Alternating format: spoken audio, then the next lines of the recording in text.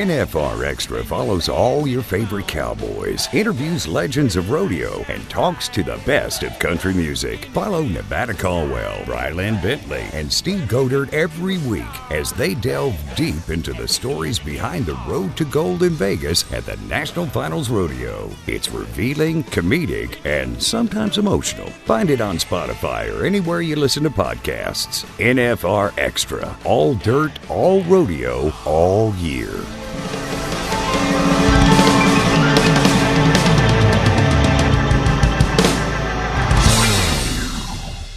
We now head over to the Cowboy Channel for a special announcement about this year's National Finals Rodeo. And I've watched this event grow to become the biggest event in the cowboy world, and I'm excited to be the president and general manager of the Cowboy Channel, the new home of the Wrangler National Finals Rodeo and the official network of the PRCA. We've done so much starting in January, and it's been fun. I want to welcome everybody here. I want to welcome everybody that's watching on the Cowboy Channel Live and on RFD TV Live, and this is the beginning of a 6-year partnership between Rural Media Group and the PRCA. And what an interesting year this has been. What a way to start. We all have a lot of questions, and today we're here to get answers, and that's where we're going to begin as we bring up the CEO of the Professional Rodeo Cowboys Association, George Taylor.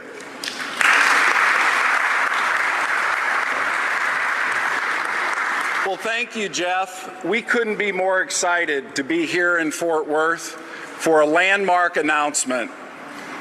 And here's the news. The Professional Rodeo Cowboys Association is bringing the Wrangler National Finals Rodeo for 2020 to Globe Life Field just 85 days from today. And we can't be more excited about it.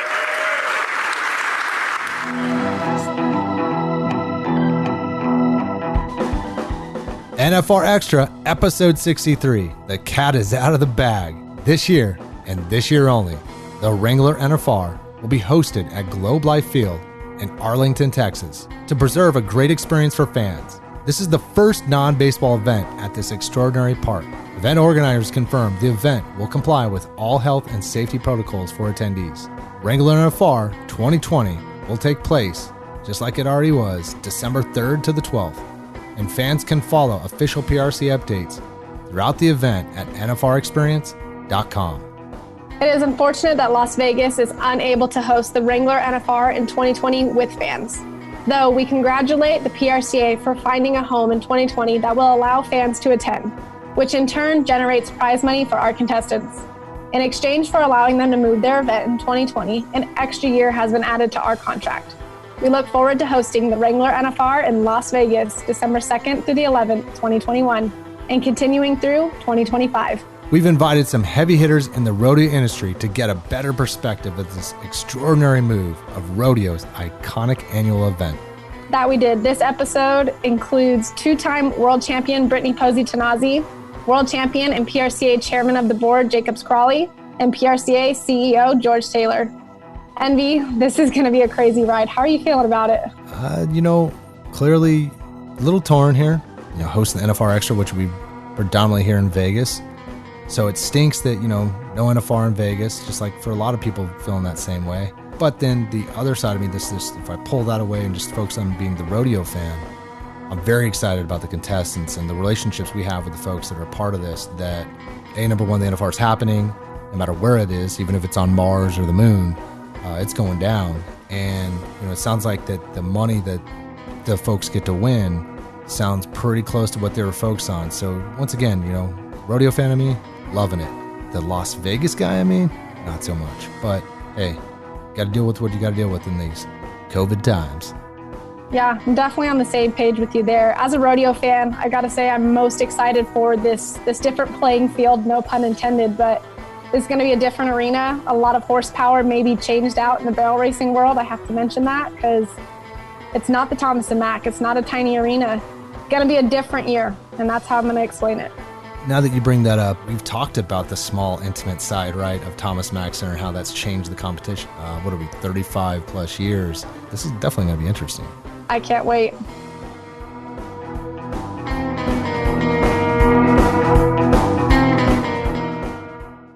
Do you need a dose of social? A dash of insider info? then the National Finals Rodeo social network is set up just for you. Get updates, insights, unique content, and much more on Facebook, Twitter, Instagram, and LinkedIn. You can find us at Las Vegas NFR. And be sure to use hashtag Wrangler NFR on your post and tweets. There's something for all rodeo fans. This is the NFR. This is Vegas. Hey, this is Tracy Lawrence, and you're here with us on NFR Extra.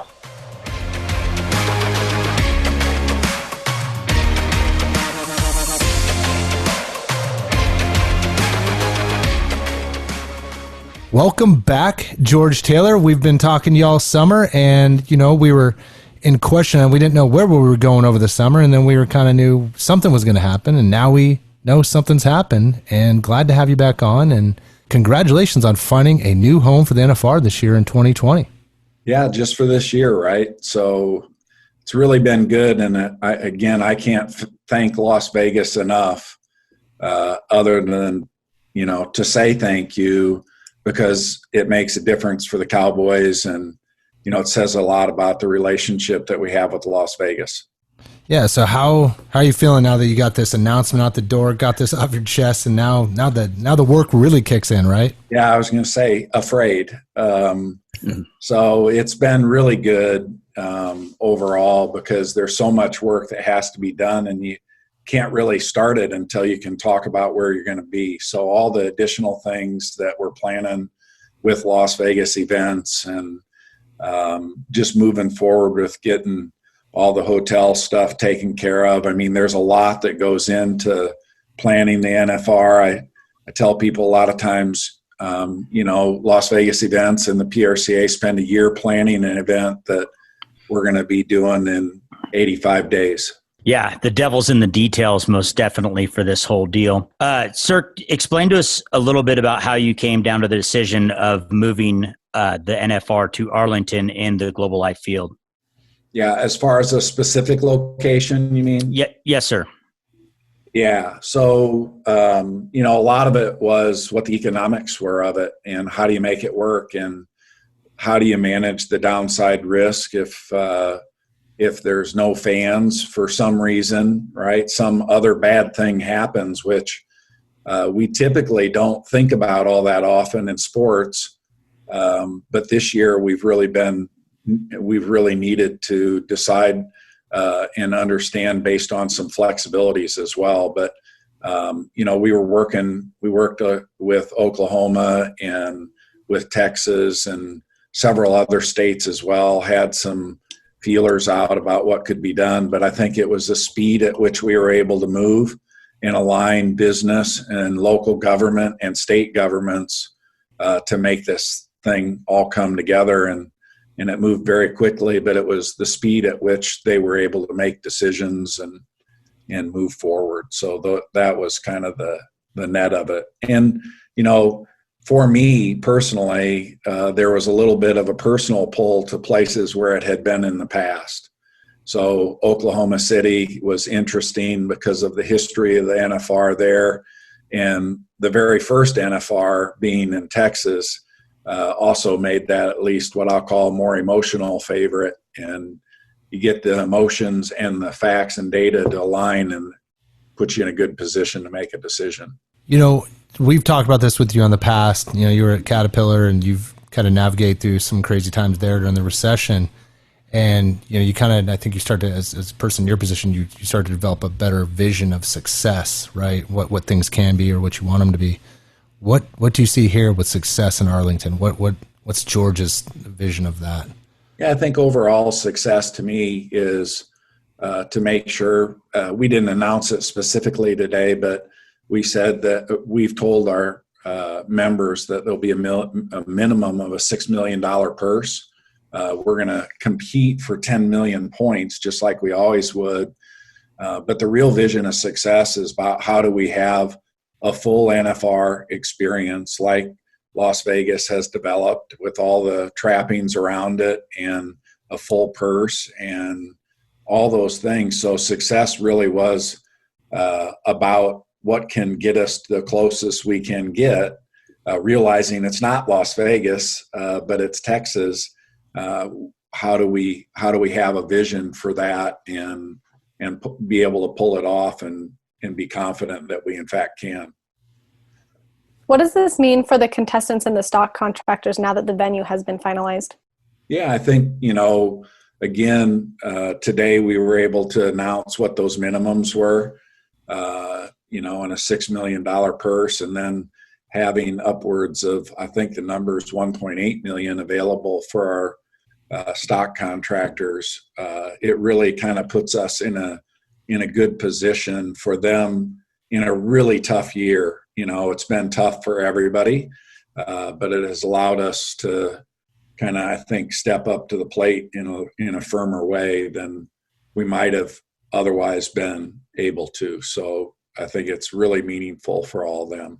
I know you don't have a crystal ball, but I want to just kind of what can fans expect for this year's event? I mean, knowing what you've created right now and kind of what's on the table, I guess, what can they expect? Yeah, I think first of all, one of the hardest things to communicate is, well, what's the stadium like, and what's the seating like, and what's the arena like? And, I get lots of phone calls from people that say, doggone it. I had a guy call and leave a message, and he just kind of shouted into the phone, into my voicemail, "Cowboy up, stay in Las Vegas," and they don't realize sometimes that the impact of not being able to have fans on the total budget for the event. So I think, those things are really critical.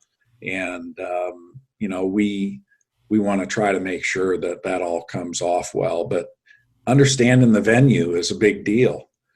Basketball arenas offer a particular type of experience, but we go to a lot of big arenas as well. We have Cheyenne Frontier Days. This is much smaller than Cheyenne, or much smaller than Pendleton, so it's just going to be a different experience for both the fans and the contestants. And it's a little bit like a golfer has to play a different golf course when they go to try to win a championship as well, or do well throughout the year. And our Cowboys do that all the time. Our fans do it, but we all like what we like. And there's a certain intimacy about Thomas and Mack that you're not going to replace in this facility. But the seats are truly amazing. It is a world-class design sporting facility that was done with not just baseball in mind. So I think, we ended up in a really good spot, and we're able to have closer to what we could have at Thomas and Mack if we were going. So, we should be able to enjoy that rodeo and respect the social distancing guidelines while at the same time having a full purse for the Cowboys. And that to me is really the vision, and what we can do for fans, what we can do for our Cowboys and the sport overall. Yeah, we had Brittany Pozzi on earlier today, and we had her over the summer, and she was grilling us about, what's the purse going to look like? And it was nice to talk to her today, like, hey, now at least you got a good understanding of what's going to happen. The other thing I want to add is that, since our podcast this summer, the numbers have grown tremendously to where people listen to this podcast, and we're talking about tens of thousands of people jump on this thing now. And what we're looking forward to, I think, not really definitely speaking for Brylan or Steve, but it's going to be bringing the individuals that are a part of this process and how this thing comes together, as you said, 80 plus days, right?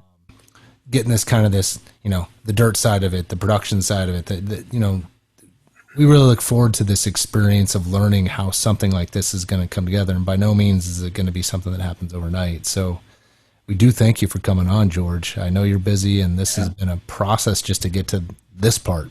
Yeah, well, you guys are a big part of everything that we do, and Las Vegas is, as well as, the work that you guys are doing. And we really appreciate having the opportunity to do it. So thanks for what y'all are doing. And it's just another example how if we all pull together, the sport will keep growing and everybody will benefit. So we appreciate it. Yeah, well, much success for this year. Obviously, Las Vegas events, we're working with you, making things happen. And then clearly, we'll be focusing on 2021 after that and getting back to Vegas. Yeah. God bless, and thank you for coming on today. Excellent. Yeah. Thank you so much. Appreciate you guys. Thanks, Thank George. you. Appreciate you, sir. Take care. Bye-bye. Bye. Want to experience more of NFR? Then visit nfrexperience.com. And we invite you to subscribe to NFR Extra on Apple Podcasts, Spotify, iHeartRadio, or wherever you're listening right now. If you like what you've heard on NFR Extra, we would love it if you gave us a big 5-star rating and tell your friends how to subscribe. Hey, everybody, this is Aaron Watson, and you're listening to NFR Extra.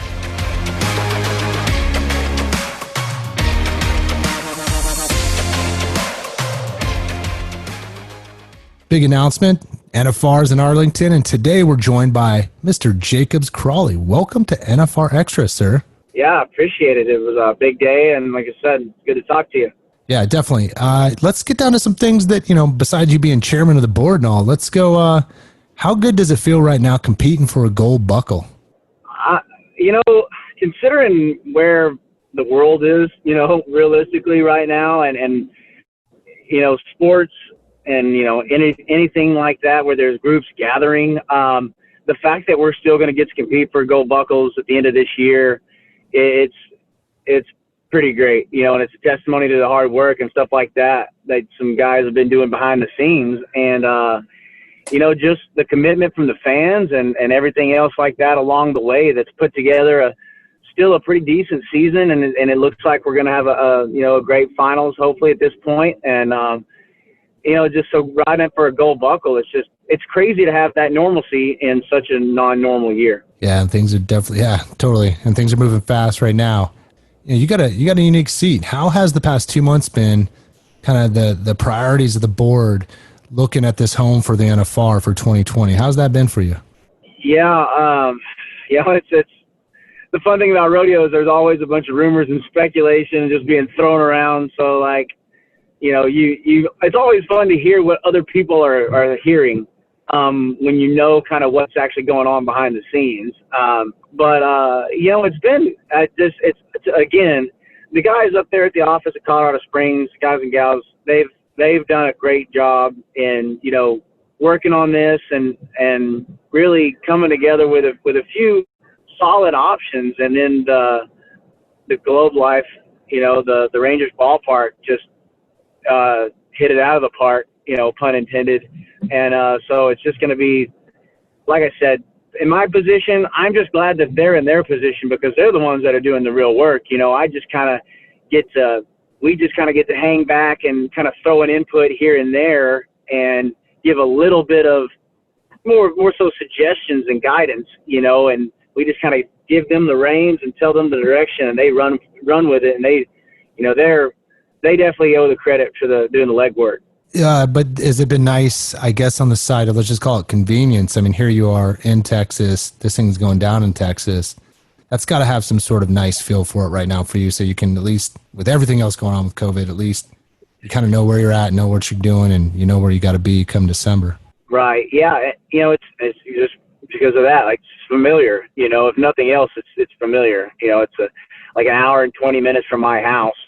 Is where the rodeo is, and it's the great thing is that we're getting that, I guess, security, in that it looks like it's everything's going to go off well as planned, and we're still going to be riding at a great purse, So I think that if you were to ask somebody if they truly believed that was going to be the case in like May or something like that, I don't know if they would have, bought into it. But at this point, or even, August or something like that, a month ago, how everything's been going. But I think it's great that where we're at. And like you said, we love Las Vegas as well, but this is making a positive out of it's been kind of a bad situation for everybody. Was it cathartic having something to keep your mind off the fact that you were unable to compete during that pandemic time? As far as like the pandemic time, I'm married and got a kid, so my chores stay plenty busy when I'm home. So I'm in no shortage of things to keep me busy. But you did start craving it and missing it, and every cowboy that I know, whether they were 22 or 42, they were ready to get back. And that was by far the longest I've been without a rodeo since I was, I don't know, like realistically maybe like 9 or 10, because I junior rodeo, college rodeoed, And so, 2 months basically without a rodeo, it was very different. But, compared to the rest of the world, we still had a little bit of normalcy. Yeah, that's stuff we've discovered with a lot of the folks we brought on here, whether it be contestants or folks that live in the ranch style, right? They just, man, we've already been quarantining. Right. What does this mean for the overall rodeo industry? Here we are in Texas, everything's in Texas. So what does it mean for you, the contestants, the contractors, everybody in the rodeo industry? So just to some of the positives, I think, because I'll just speak to a little bit of that, there's going to be less expenses for a lot of the stock contractors, several of the stock contractors and stuff like that. I think for a lot of the cowboys, it's, like I said, there's just a little bit more of a convenience behind it. You miss the bright lights and everything else like that comes with Las Vegas, but this is a little bit, easier part of the world to get around, for as best way I can phrase it and stuff like that. But as far as what it means for the rodeo world, I think you're going to see a lot of cowboys, not necessarily cowboys, but rodeo fans that get to come because maybe it fits their travel plans a lot easier. We've got a pretty big following as far as Oklahoma, Texas, the surrounding states like that around here that maybe getting out to Las Vegas, they can't quite do it as often as they'd like. And if they do, maybe it's only once every couple of years, maybe, so maybe this year it's, being that it's a little bit easier, maybe they can make a trip out. So maybe you've got some, potential for new fans and new fans of the NFR and wherever it may, whenever it goes back and things like that. And so, I don't know. I think more than not, more so positive than negative as far as, the way that we're looking right now. Sure. I like to put on my marketing hat, right, for Las Vegas events. And I look at it this way, knowing once you taste that NFR, you're going to want to come to Vegas in 2021. Once you kind of see how you guys, like you got the cream of the crop from top to the bottom. Once you taste that, you're like, whoa, man, I see what they're talking about now. I agree. That's kind of the point that I was kind of, getting to is that maybe people just watched on TV and now this is a way of easing them into the situation and kind of getting those hooks into them to where, you've got a new fan, a lifelong fan of the NFR experience, because I think the rodeo is great, but there's definitely more to it than that keep people and fans coming back year after year. Yeah, definitely. The stadium will be much different than the Thomas and Mack Center. How will it be different competing, though, as a contestant this year? I think more so than the rough stock events, it'll be the timed events that it, affects because, it's a different setup. There's going to be shoots, different positions. It's going to be a lot larger of in certain ways, than the Thomas and Mack. And so, those guys will probably enjoy it, I would think. I can't really, put words in their mouth, but they're going to have a little bit more flexibility. Animals aren't going to get into the sides. And it's just, most of us rodeo at over 70 different venues a year. So you kind of learn to roll with the punches and kind of, assess each arena for what it is. And this will be just the latest obstacle and guys will figure it out. And like I said, usually rule of thumb is more room is, better for the timed event. So we'll see. You mentioned the stock a little bit earlier. How do you think the stock will react in this? I think, it's kind of 6 one way, half a dozen the next. You've got horses that buck great in small setups, and you've got some that shine in the larger ones. So, it'll be kind of like, just this one might not be as good as this arena as he was in Las Vegas, and one might be even better. So they buck in a lot of different setups, throughout the years as far as, different rodeos. So this setup will be smaller than Pendleton, Oregon, I can say that, but the horses still buck great out there on the grass. So they'll know their job as far as the buck and stock. So Jacobs, I'm looking here at the standings and, you're sitting 9, looking good. Don't want to jinx or anything like that. We still got a little end. Right. Yeah. But then there's a lot of champions just like yourself in this race. How is it looking for you, and what are the steps you're going to, clearly you've behind the scenes, you've known this is coming, so you've been thinking about this. What's your preparation look like from now until December in Arlington as far as getting ready for this, and you get some checks coming home in Arlington come December. Right. No, for sure. Yeah. So I've been fortunate enough to qualify for the NFR, years in the past, and it's going to be a similar setup as far as like preparation on my end, because just trying to be physically prepared, and healthy and things like that, and then mentally, knowing that you just got to go out and for 10 nights leave it all out there. So fortunately for us in the rough stock events, there's only so much we can do, and then the rest is, it's going to be laid out there. I mean, sure, the town event guys being different setups, they may be able to practice in a little bit different way and this, that, and the other. But with us, you just want to be healthy and feeling good. I'll get on practice in November just to kind of freshen up and then be ready to rock and roll come December. Well, hey, man, you're a busy dude. I know this because of everything that's rock and roll right now. We definitely want to thank you for taking the time to come on, sharing some great information. I know the fans love this, and we're going to be keeping this up. Part of our goal from now until December is, let's just say, typically we painting this NFR experience and how it pertains to Las Vegas, but here we're going to focus more on I would say more of what's going to go, how this Arlington thing is going to come together, regardless of what's going to happen outside of the dirt in Arlington. Right. There's a lot that's got to come together from now to then, and it's going to be interesting for us to talk to people and how this goes and how you contestants are getting ready. So we appreciate you coming on, man. Absolutely. Yeah. There's today was an exciting day, but there's a lot of work to be done, and everybody understands that up there at the office. So it's just, now it's time to really get in there and start making this thing happen. So we're ready to go. We look forward to a great finals, and good luck with the rest of your season. All right. I appreciate it. Nice talking to y'all. Looking to rope in some news and features you can't find anywhere else? Then look no further than the series of blogs and vlogs at NFRExperience.com. You'll find customized content from experts in all things rodeo and Las Vegas. There's the NFR Insider and Stock Blog with Susan Canode, Hurley's Hotspot and Heart of the NFR with Brian Herbert, The Road to the NFR with Mr. Dale Brisby, NFR Experience with Patrick Everson, and the Junior World Finals with Jack Nowlin. There's something for all rodeo fans.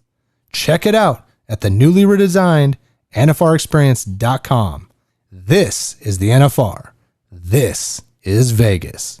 Hey, this is Chancey Williams, and you're listening to NFR Extra.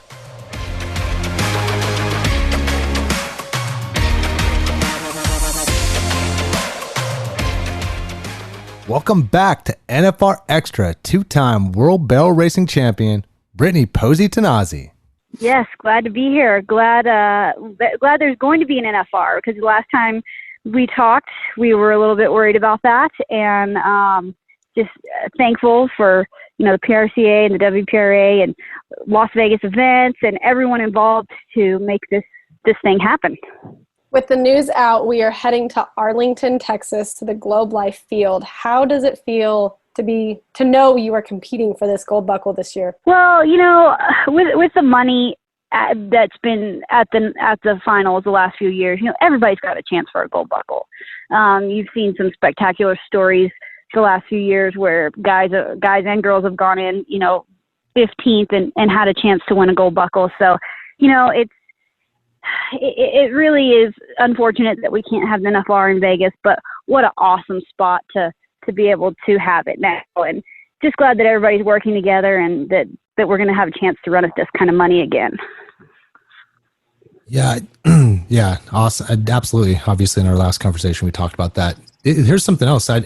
Clearly you knew that there was an announcement, and I'm pretty sure the butterflies were flying in everybody's stomach knowing that there was an NFR going down.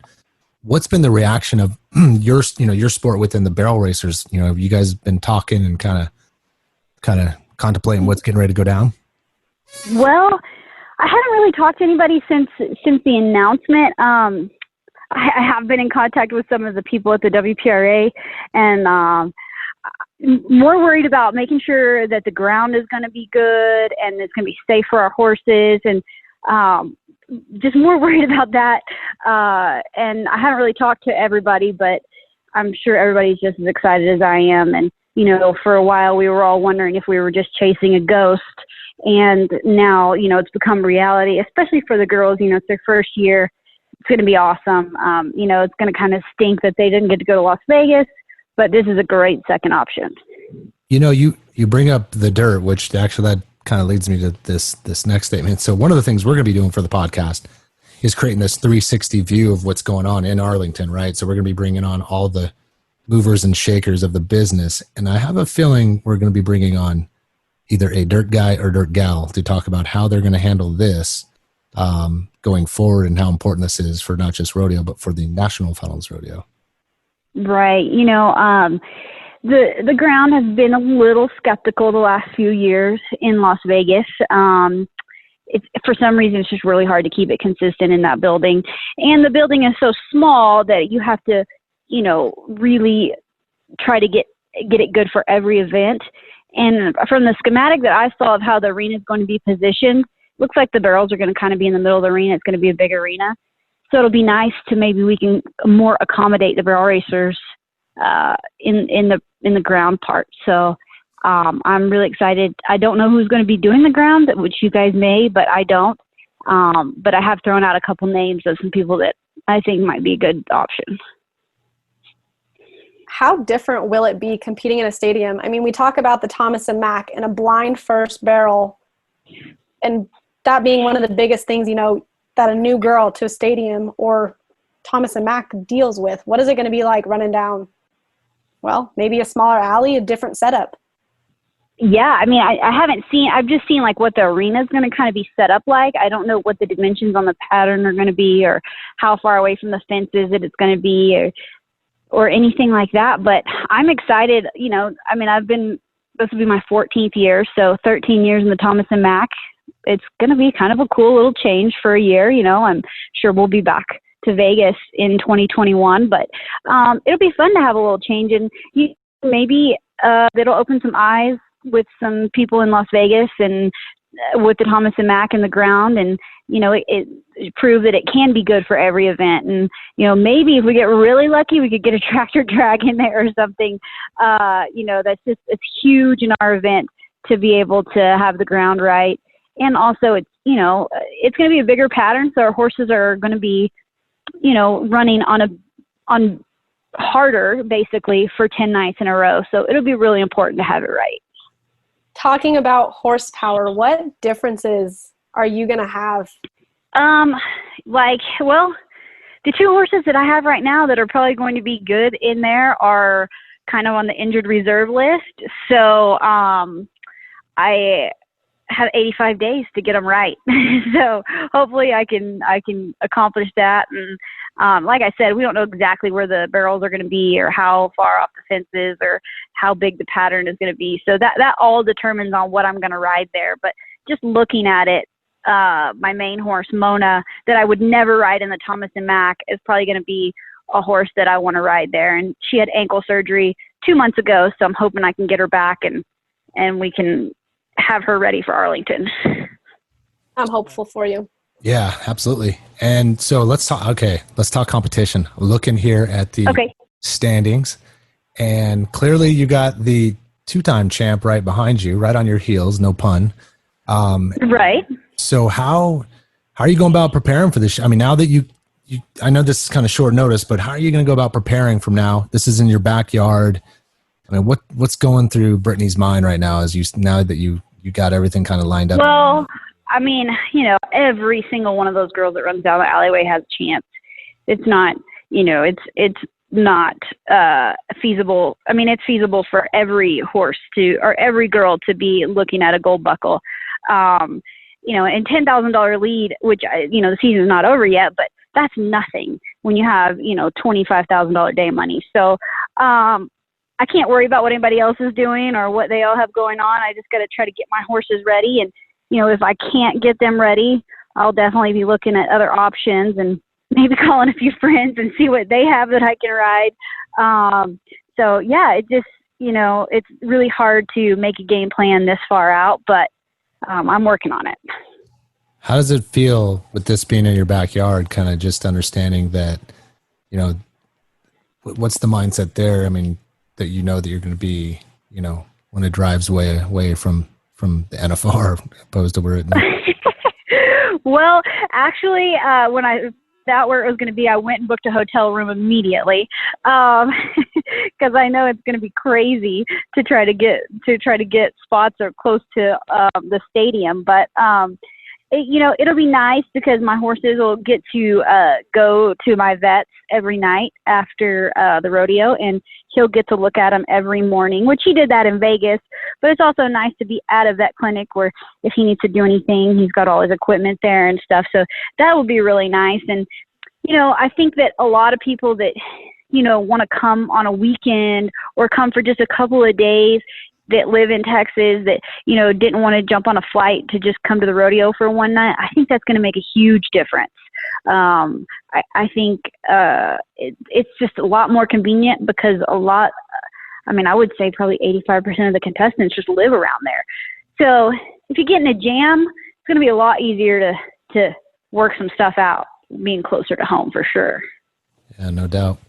Well, Brittany, first of all, thank you for coming on in short notice. This is really good information, and I'm glad that we were able to bring you back on after our last conversation and with some better information. Yeah, I'm glad it's with good news for sure. Well, good luck on the rest of the season. I know you ain't got to go far, so you're kind of where you need to be and get ready for December in Arlington. All right. Thanks for having me on. But also, thank you. Hey, just to keep in mind, but also keep in the back of your mindset that Vegas 2020 or 2021 will be right around the corner as well. It will. You know what? Our season starts in 15 more days. So yeah, I'll be starting for 2021 come October 1st. Well, good luck and good luck in December. Thank you so much. Bye-bye.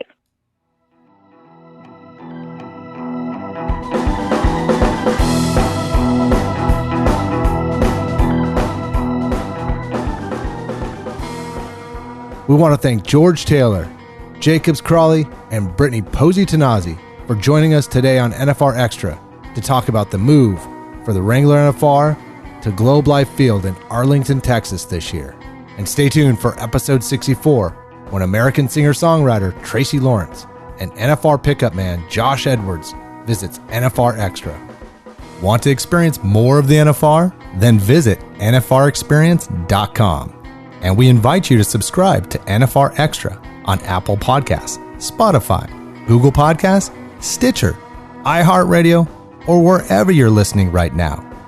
If you like what you've been hearing on NFR Extra, we would love it if you gave us a 5-star rating and tell your friends how to subscribe. NFR Extra. All dirt. All rodeo. All year. Gotta make it out to Vegas, where the big boys roam, with the rovers and the racers and the bulls and the broncs, and the ladies in the skin-tight Wranglers and the cowboy hats. And it don't